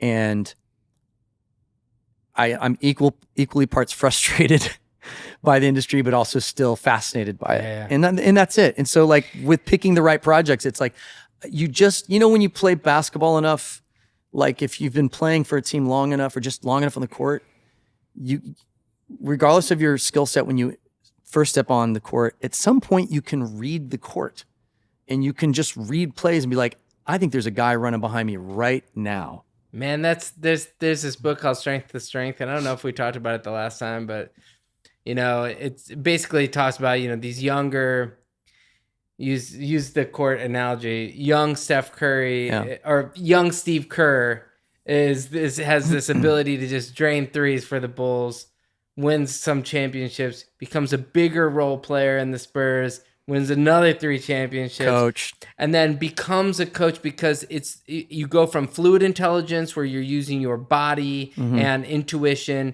and you're just that good. Yeah. And at some point you have some cognitive decline, whether you admit it or not, or you have some sort of stamina decline or something that starts to even just time management decline. Yeah. And you become more efficient with the time you have, and you start to play the game and the sport. Yep. and you start to become you. I don't know anybody who's successful in the music industry that doesn't somewhat love the music industry. Yeah. And they can say whatever they want, Yeah. but you have to know the business. Yeah. And actually enjoy it. I'm going to ask 2 more questions. Yeah. I'm going to start with something that's a little... I'm good. I moved my thing this afternoon. Anyway. Oh, perfect. Yeah. What's the worst point of your music career? End of 2016, and I'd say the tail end of 2016 going into 2018. I had pretty much the majority of 2017 was the worst part of my career. I made the mistake after Native. Native was our third album, exploded once Counting Stars came out. Well, we had already done a full year of touring, releasing the wrong singles until that single came out, reignited the other singles. Like If I Lose Myself, Alesso did the remix, boom, now you've got the biggest dance hit in the world. I Lived, Love Runs Out, so on and so forth. It ended up because of, I always pick the wrong singles first for my band. I do it great for other artists. For my own band, I'm not the best. And so we took what could have been a 12 to 15 month, very successful album cycle and turned it into 2.5 years. When we finished touring Native in 2015, it was the 4th longest tour in history. Not a record that I want to have or be near, especially as a dad with 2 kids. It drained me to the extent, and I was riding on the road nonstop.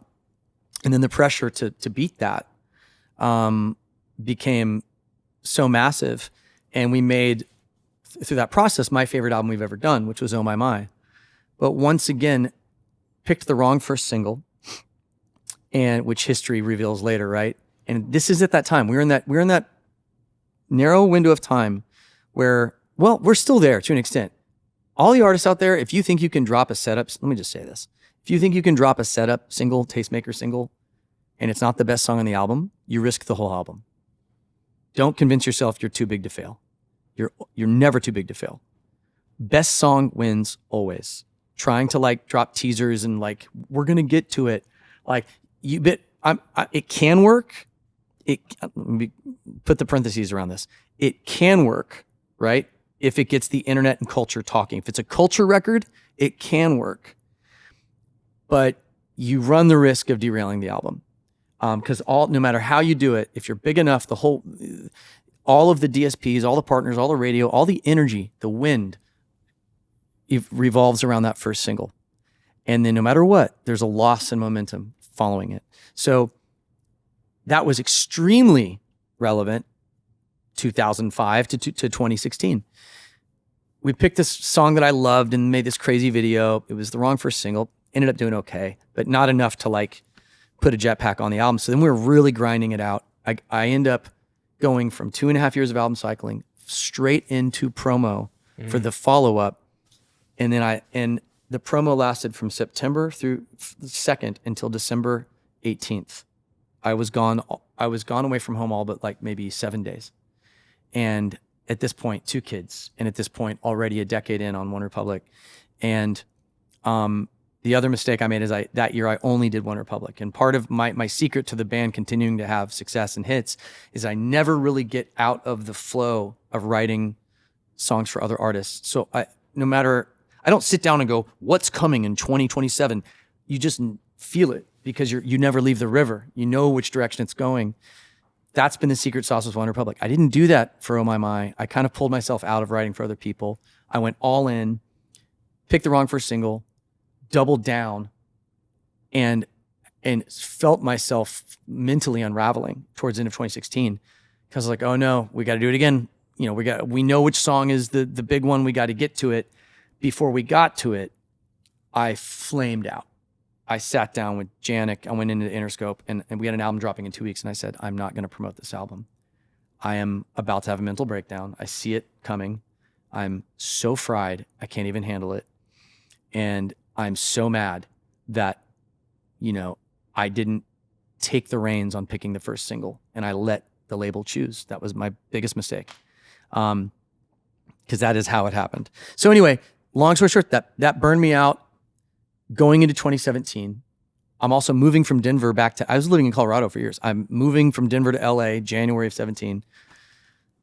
And that same year, I walk away from OneRepublic, not sure if, by the way, if I ever even want to do it anymore. Because the other thing that happened to me, and that happens to all artists, and it's not popular to talk about, but artists should talk about it more, is if you write your own material, and unless you're Taylor Swift, who just literally doesn't run out, and her brand is basically writing from her diary of her daily life, and the world wants it. My perspective in OneRepublic songs were so much about my stories over my life on this earth. And by the end of Native, with 5 singles, and at that point we'd probably dropped like 12 over the course of 7 years, I was getting sick of hearing myself. I'm like too left-brained to just live in that creative right space. So I would literally be like, bro, you've already said that. Shut up. I'd sit down to write OneRepublic stuff. I'd be like, you've kind of already covered this topic. Are we going to keep doing this thing? And like, I didn't have the agency to write songs that weren't my own story at that point. I remember looking at like, I think even asking Chris Martin one time, how, like, where are you pulling stuff from? And Bono, I was producing a U2 album at this time too. And Bono was just like, I just keep writing about love, different ways of approaching, this. And I just couldn't bring myself to do it. And so I had no gas in the tank for my own band. After our most successful album, I was emotionally fried at the point of like I had to get on like Xanax just to like even sleep, because I couldn't even sleep. And then I jump back into the writing for other artists thing in 2017. And in 3 months, I went from having 6 first singles across like 6 different artists. It was like the most successful. I was like, I'm going to have the craziest comeback ever. Every one of them pivoted. And then 2 of them dropped 3 songs at the same time because Ed Sheeran had just done it. And so all of my potential success in 2017, I didn't even fail. I couldn't get an artist to commit to anything, because every artist at this time was just dropping 2 and 3 songs because they didn't want to fail. So 2017 was disaster for me, emotionally and personally, and which led into the beginning of 2018. I literally I'd been investing heavily in real estate for a number of years and reading books on real estate and development. The opposite of music. I need something binary that I can touch.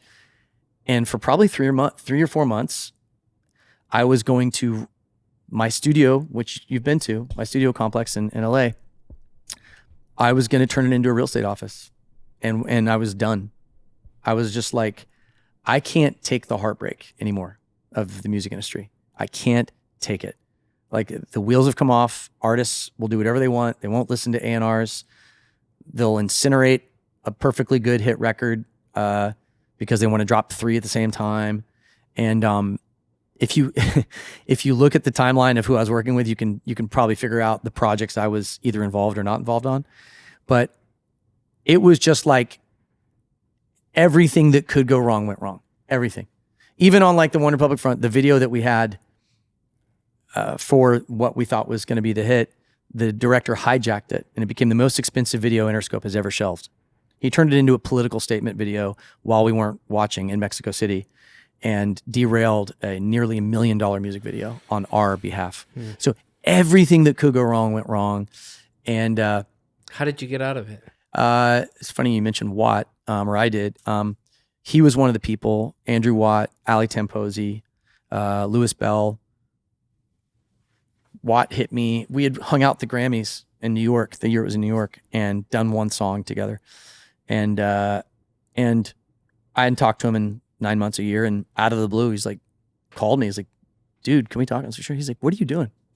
It's like, what do you mean? He goes, what? Like, what projects you working on? What are you doing? I was like, I'm not, man. I'm like, I'm doing a lot of real estate. He was like, what? He's like, fuck that, man. Real estate? Like, anybody can do real estate. He's like, and what would it take for me to get you to come over and write tomorrow?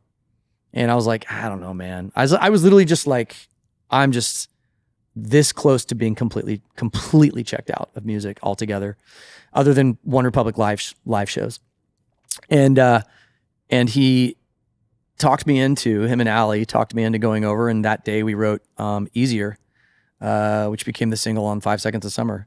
And Charlie Puth came over, and then the next day we did a song that became One Republic. And then the next week we did Miley Cyrus and Angels Like You. And it just all kind of, that would have been actually a little bit months later, but like it all snowballed into a season of me doing a lot of songs with Allie and Louis Bell and Watt. And that was fun too for me, because for the first time I could show up at 2 p.m., leave at 6, and I didn't even want to produce.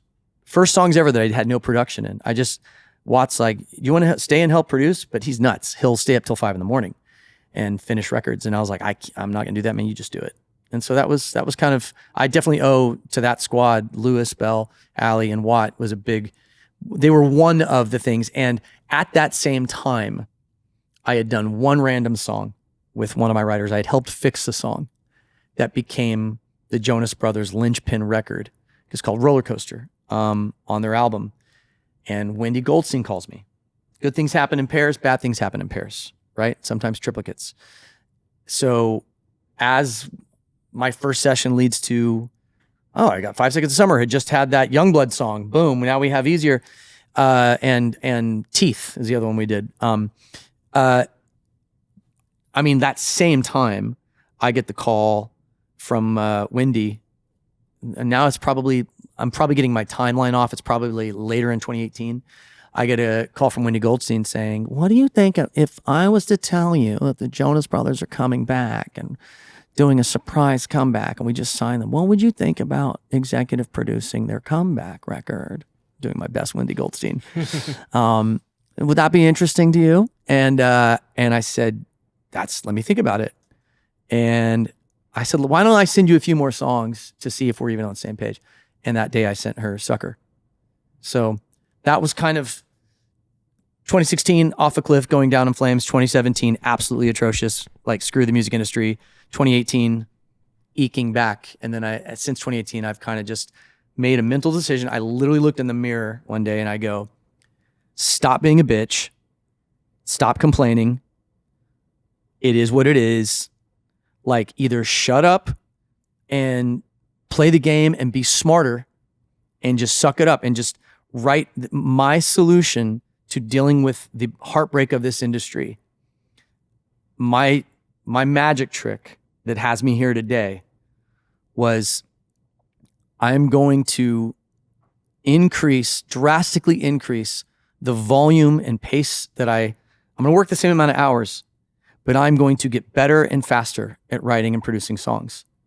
Because, I know Woody Allen's a divisive character, so I'm not quoting him because I think, all the other stories about him aside, there's one thing that he said that stuck with me decades ago. He said, Woody, how do you deal with the failure and criticism of your movies and the praise? He said, I don't. And they said, what do you mean? He goes, I learned years ago that the only way that I could survive in this industry and not have my heart ripped out from my chest because something didn't pan out, at the end of every movie, we throw a rap party like you do on TV shows and movies. Everybody does it. Throw a rap party. I go out that night with the crew. We have a drink, we toast, we have a good time. I desperately want to go on vacation the next day because I'm exhausted. And I force myself the next morning. I get up, I have a coffee, I sit down with a typewriter, and I start writing my next script. By the time you've hated or loved my movie, I am 2 movies further past you. I don't give a shit. And so I remember him saying that, and I was like, okay, that's what I'm doing. And, a lot of songwriters are empaths. We're emotional, right brain people, right? And you know me well enough, and even in this interview, you can see I flip back and forth and toggle that switch. But I had to divorce myself from my songs. That was it. That's the only way to survive in this industry. You have to divorce yourself. But this one's such a smash. It's such a hit record. How are they? Oh my God. They switched the single. I'm going to be buried in track 7 on the album now. What if, oh my God, it's not even going to see the light of day. Oh no, now they fumbled the first single and the album's toast. Or it happens to me every year to this day. Your 10 and 14-year-old want to do music. Yeah. What advice do you give to a 10 and 14-year-old who want to pursue music in 2025? My kid asked me again last night about it, to make sure he's super aware and keen, and AI trips him out. And he uses AI to analyze when AI will take over music. It's so bad. But I hung out with him yesterday at the studio, and he worked on music, and he was making a dance record. He does like hip hop and dance, and I was like helping him, like, just giving him some commentary on the record, on the production, and on the drive home we were talking about it, and he said, "This is what I want to do, Dad, 100%." And I said to him, I said, "Now do you understand why I never pushed you to take lessons, piano lessons? Like, we offered it, never pushed it. I was like, can you think of one time in your upbringing that I told you, that I said, I hope you do music?" He said, "Not once." I said, "There's two things I'm not going to force on you is passion or religion. What I believe," and he believes in God and, considers himself a Christian. But I was like, "I'm not indoctrinating you, because it won't be real. And then someday the bubble bursts. I'm to blame." So with music, what I tell them is, if you're going to do music, first of all, I say, I don't care what you do. He knows the rule. I asked him, I was like, what's my rule about what you do with your life? He said, 100% passionate. I said, that's it. Yeah. I don't care what you do, man. If you make tacos, I want you to open the best damn taco stand in Southern California. And then I want you to just like rip. Like, I don't care what you do, just be passionate. And my advice to my 10-year-old, he's never going to do anything but music. He is obsessed, is start early. I'm not going to, I'm not a fan whatsoever of nepotism, and my kids are also the Nepo baby thing. They hate that. So I just tell them, I was like, come up with an alternate name if you want to. Nothing will be more satisfying than the first check you get from your effort because you were great. And what I tell them is, AI, as fast as it's growing, the human component when it comes to music will always be the most valuable component. It will. I fundamentally believe that. And if you outwork everyone, same thing I think we talked about before. I said, Copeland, assume that there are 10,000 14-year-olds more talented than you right now. How do you differentiate? And he's like, outwork them. I was like, bam, that's it. Outwork them. So if you care about this and you're that passionate, you control the amount of time and dedication to your craft. And, I think I've made them watch Jiro Dreams of Sushi 3 or 4 times. So good. So the Japanese approach to craft mastery is, I caught that too late in life, but I realized that I've really been pursuing that this whole time. And so I just tell them, anyone you work with, if they know a trick or a method or a thing that you don't know how to do, you make it your own. You take it. I was like, you steal that. Whatever it is, you put that in your bag. Now that's one of yours. And that's it. And I said, if you aren't passionate about this, if you don't daydream about it, get out. Because I said to my own kid, the last thing the city needs is another mid-songwriter. That's so funny. Yeah. I always say that to my writers, like, you don't want to be part of the race to the middle. The race to the middle is actually going to be, because of AI, music industry. Because of AI, the race to the middle is the race to nowhere, period. Like, there will it's like, we can fix it. Summarizing the whole, this whole time we've had together, can we get less songwriters in a room? Yes, we can. Is there enough space for producers and additional people to be taken care of if people/labels do the right thing? Yes, there is. But you can't fix a problem if you're not aware of how you got there and the size of the problem. You have to acknowledge it exists, and how do we get here to undo it? And I think that's the most important thing. But like, are you a proud dad? Oh, super proud dad. Super proud dad. Yeah, it's like they're both, I genuinely could not be more proud. They're both such good, respectable people and intelligent and kind. And, we get comments every time they go anywhere. Like all the teachers, I wish all my kids were like this. They call out acts of unkindness in front of other people. So we've just, I don't know where whatever the molecular soup is that made them up between myself and my wife. I'm thankful, like forever, that it turned out to be. My wife and I've talked about. They're both better than either of us. We started the podcast for. Part of the thing was that I was obsessed with this DVD box set about the Brill Building. That my mom. I didn't know that. My mom gave me this box set that was a deep dive into each writer that were part of the Brill Building. Yeah. Wow. And I know part of why I wanted to do this was I was like, man, I wore those DVDs out.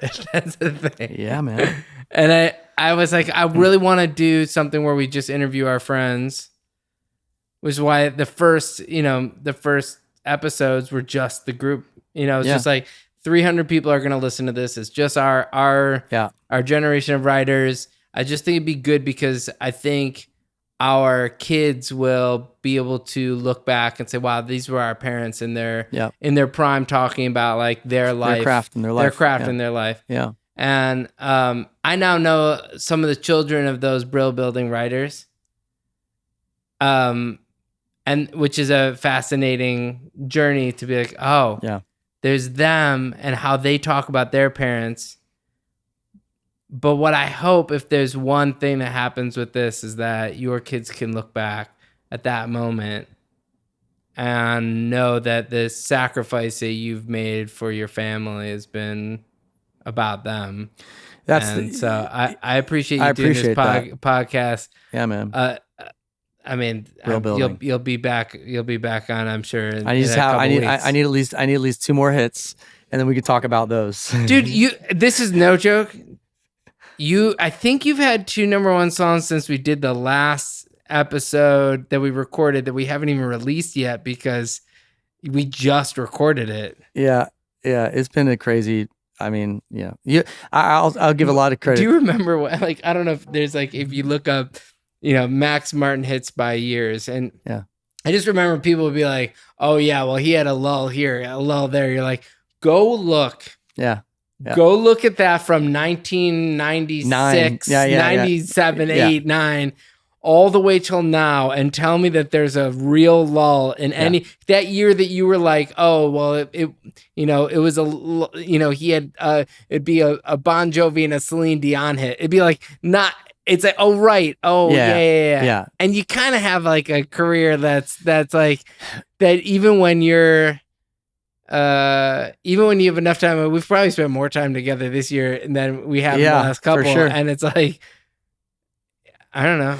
It's interesting. Max could tell you. Max could tell you what his lull was. I could tell you too. It was after the world decided that boy bands weren't cool anymore and the Strokes was everything. He went back to Sweden, or was already there, signed his own artist. Which he advised me to never do because it was a disaster for him. And that was his lull period because the world, the pendulum swung so hard away from pop. Yeah, except for that band. 3 of those, if it's not Carolina Lyre, no, okay. It's different. It's a different group. 3 of those writers are massive. It was I believe a solo artist back in Sweden. A lot of time and money. It failed. Nobody was calling because he was responsible for Backstreet and NSYNC, and the world swung the opposite direction. And I asked him this question and he told me, and he said I went ice cold. I think I want to say 3-4 years. And then since you've been gone, and then from since you've been gone till now, like, I mean, look, all of us, Max is a different beast, and his like Hot 100 number 1, which as you know, is a completely different feat now than it used to be. It's near impossible now to like predict it. No one other than McCartney, I think, has outpaced him on Hot 100 number 1s. And it's funny because what you get is the energy you put out is what you get. He was obsessed with billboards and Hot 100 number 1s, from day one, my best friend was the radio as a kid. So I was obsessed, and Omer and Blake and a lot of the other writers, they know this about me. And now they're hip to it because they know they know why. But like, I became obsessed with like top 40 number ones. I want to be in. How many do you have? I haven't counted in years. I know that the thing that I was the most proud of, like of all the other accolades, of anything that could happen, beyond the Grammys, more than the Grammys, and I mean this, like the thing that I was that has for me from like I did it, mom thing was. I had, in the last 15 years, 16, 5 of them, I had the most played song at radio globally. And that's my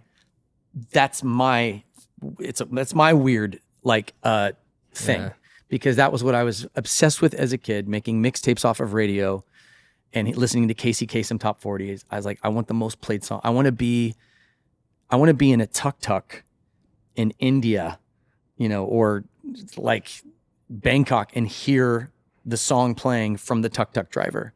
Well, I'll end this on this. I don't know if you remember. I probably said it in the first interview. I don't know, but I was visiting.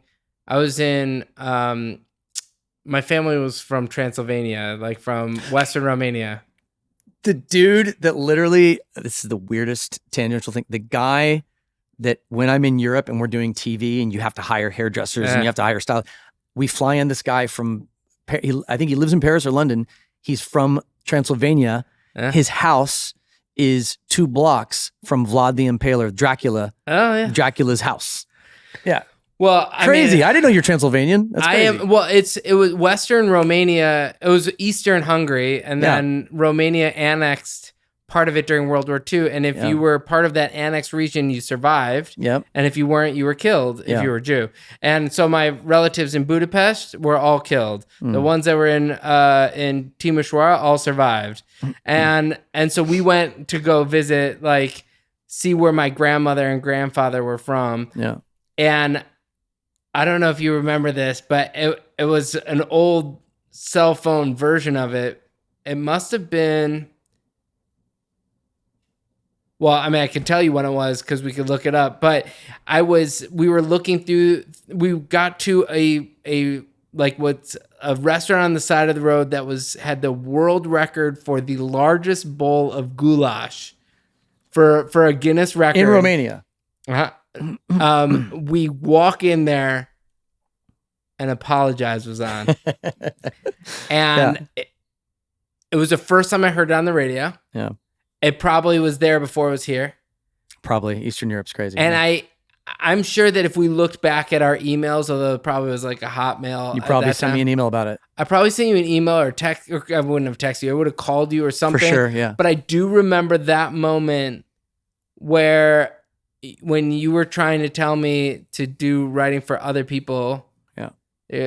I don't think I understood what it meant until I was like, oh, we're in a place that took like 8 hours to get to. Yeah. Eating a bowl of goulash. Yeah. And you hear your friend on the radio, you're like, oh my God. Yeah. This is crazy. Like, this is insane. Yeah. And I think what's, you can be proud of the fact that you have had the top 5, or 5 number 1 songs, but I don't know if your mom ever had a goulash from that place. So on that note, I don't think she has. I appreciate you, man. Shout out NMPA for supporting our group, and we're actually trying to figure stuff out. And appreciate you, man. Yeah, likewise. Thanks for having me. That was fun.